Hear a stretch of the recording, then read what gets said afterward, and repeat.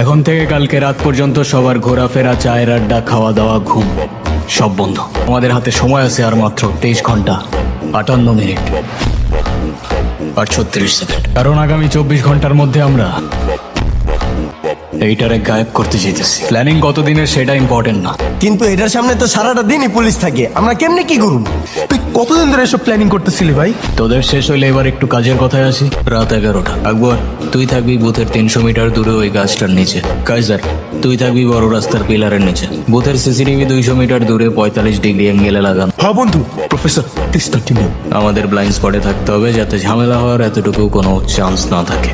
অত রাতে কেউ এখানে আসার কোনো সম্ভাবনা নাই, তারপরেও সেফটি। আর আমি বুথের ব্যাক সাইড থেকে দেয়াল কাটা শুরু করবো আইসা পুরা সলিড প্ল্যানিং রে। সবার আগে কিছু হইলেই তুই আমাদের ইনফর্ম করবি।